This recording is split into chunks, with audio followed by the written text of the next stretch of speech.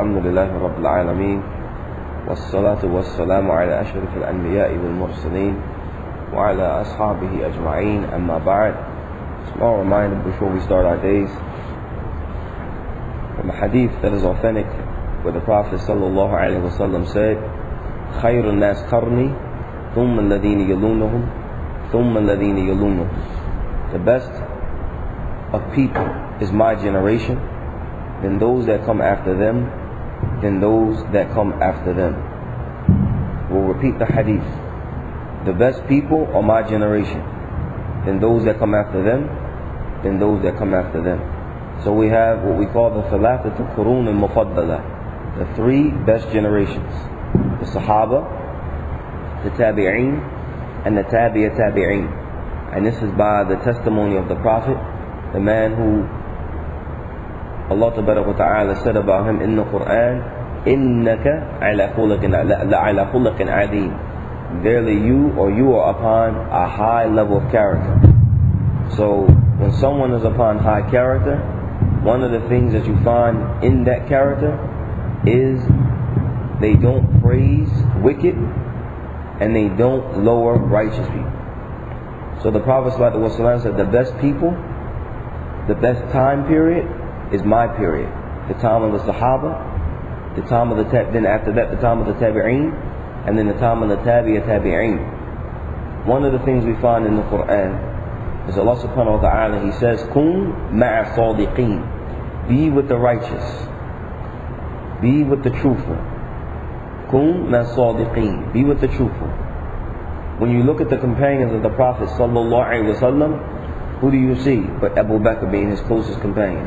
You see Umar, you see Uthman, you see Ali, you see Sa'd ibn Abu Waqqas, you see companions, you see people you see Bilal ibn Rabah, you see a number of companions that sacrificed for the religion of Islam, and you see the Ashratul Mubashirin, the 10 people who were promised paradise.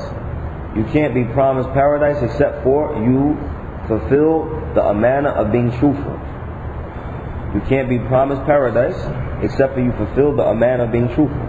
So when we emphasize that hadith, be with the righteous, meaning be with people that first and foremost, be with the truthful.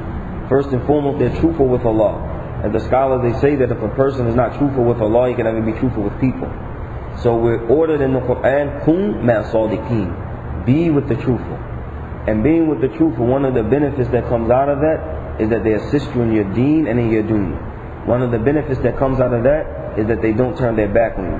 One of the benefits of being with the truthful is that if something takes place to you, they'll assist your family. Ibn Qudamah, he said that one of the practices of the Salaf, if a man would die, they would take care of his family and children 40 years. 40 years. Right? How many of our families would be up in a shelter if something took place to us? So being with the righteous and being with the truthful and being with the upright is a reason for you to set your present life straight and your future life. What's one of the ways that we can prove that? We find that in the lives of the Sahaba, that anytime one of them fell short, the other one would fill that void. As we have a report when Abu Darda radiyallahu anhu, or when his wife complained about him, and I think we mentioned this story before, that Salman al-Farsi came to visit Abu Darda to see if what the wife was saying was true. When Salman radiyallahu anhu came to the home and he noticed that Abu Darda, he was worshipping Allah Ta'ala excessively, which is not a problem, but everyone has rights, specifically if you take on a family, and like this, and also your body, and like this. So Salman radiyallahu anhu, when he noticed Abu Darda wanted to fast, and one of the complaints of his wife is he fasts all the time. One of the complaints of the wife of Abu Darda, Darda, is that he prays all night, and he doesn't really give the family time, because everybody that knows the story of Abu Darda, he was an abid. He used to be a tajir, a very big businessman before Islam. And when he accepted Islam, he left off business and went diligent into ibadah. Right? And we're going to highlight a point. Should you just leave off work and just go into ibadah? But the point is that when Salman radiallahu anhu visited the home and he seen that Abu Darda was worshipping excessively and not basically giving this one their rights, giving his body some rights, and giving the family rights. He said, when he seen he was going to fast, break your fast. He stayed in the night, and when he noticed he was going to stay up all night and pray, he said, Nim, go to sleep. He said, for verily, Allah has a right over you. Your body has a right over you. Your family has a right over you. Give everyone who has a right their rights, starting with the greatest of rights, which is the hukuk of Allah. Right? So being with the righteous and being with a good friend, this is how they command the good and forbid the evil. They do it where you're reprimanded, you're fixed, and the life goes on and the relationship doesn't sever. So when Abu Darda heard this advice, he didn't take it. So Salman radiallahu anhu said, okay, I'm going to take you to the Prophet. So Salman radiallahu anhum, he took Abu Darda to the Prophet sallallahu alaihi wasallam, and the Prophet sallallahu alaihi wasallam said, Sadaqa Salman. Salman spoke the truth to you. Allah has a right over you, your body has a right, and your wife and your family has a right. Give them their rights. We find another report in the book Adab al-Mufrad that when Abu Darda moved to Damascus, Salman was still in Medina radiallahu anhu. He dressed in his most expensive clothing, right? And he walked, or started to walk, to Damascus to visit Abu Darda, and they would correspond through letters, to the point that one time Salman al-Farisi radiallahu anhu wrote to Abu Darda radiallahu anhuma ajma'een, and he said, why are you in Damascus? Return to the Balad al-Maqdis, the holy land of Medina. So Abu Darda wrote back, and he said, verily, it is not the land that makes a person holy, it is his a'mal tuqaddisahu, it is his deeds that make him holy. But showing that even after being reprimanded, they traveled and visited each other, and they wrote letters. Kun ma sadiqeen, be with the truthful. Make sure that the people around you are truthful, and make sure you're truthful first with Allah, and they're truthful with Allah. And the result of that will be a relationship that can't be broken by small little raindrops. Some people, raindrops come down, they catch ammonia and die. One argument over. No. Now siddiq. With building something, you can't break up because of small things. And a side point before we end about leaving off business. It says that when Abu Darda radiallahu anhu accepted the religion of Al-Islam, he wanted to just go wholeheartedly into the worship.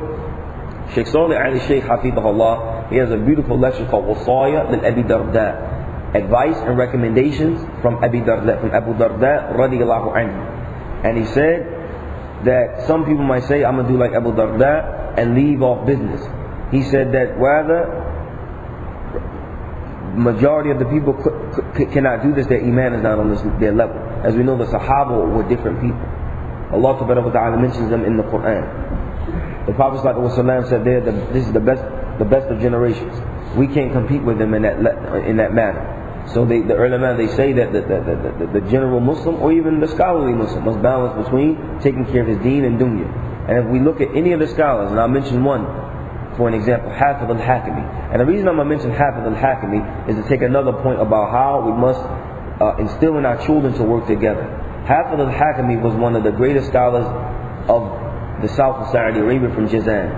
And it says that when Abdullah Qur'awi, the great scholar, they call him the Mujaddid of Jazan. This is the teacher of Sheikh Ahmed Najmi, and the teacher of Sheikh Zayd Madkhali, who is alive now, and the teacher of Sheikh Hafidh al-Hakimi, Sheikh Abdullah Qur'awi.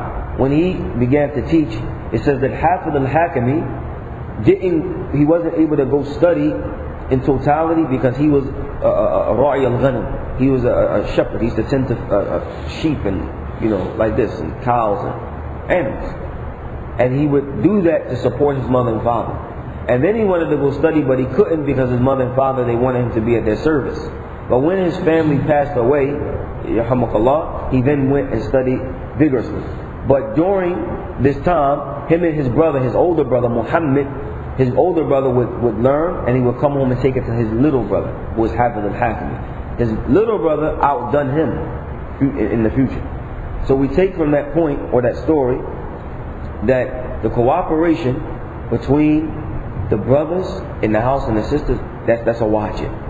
That you don't make everybody else your friend. As Sheikh Muhammad Aqil said, you'll find that a man has 6 brothers, or 4 sisters, and he makes everybody outside his friend, and his brother and sisters are not his friend. He said, make your brother and sister your friend that you hang out with, that you spend time with, and you make that like like you would make an actual friend.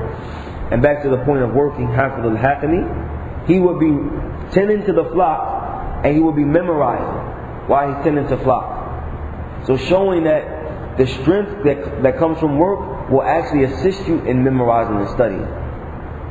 Not just being free and not taking care of one's worldly responsibilities. So just to make that side point, that we don't hear a story and then don't get the fiqh from it. Oh, Abu-Zubayr left off work, I'm going to leave off work. We must understand, the fiqh of these narrations.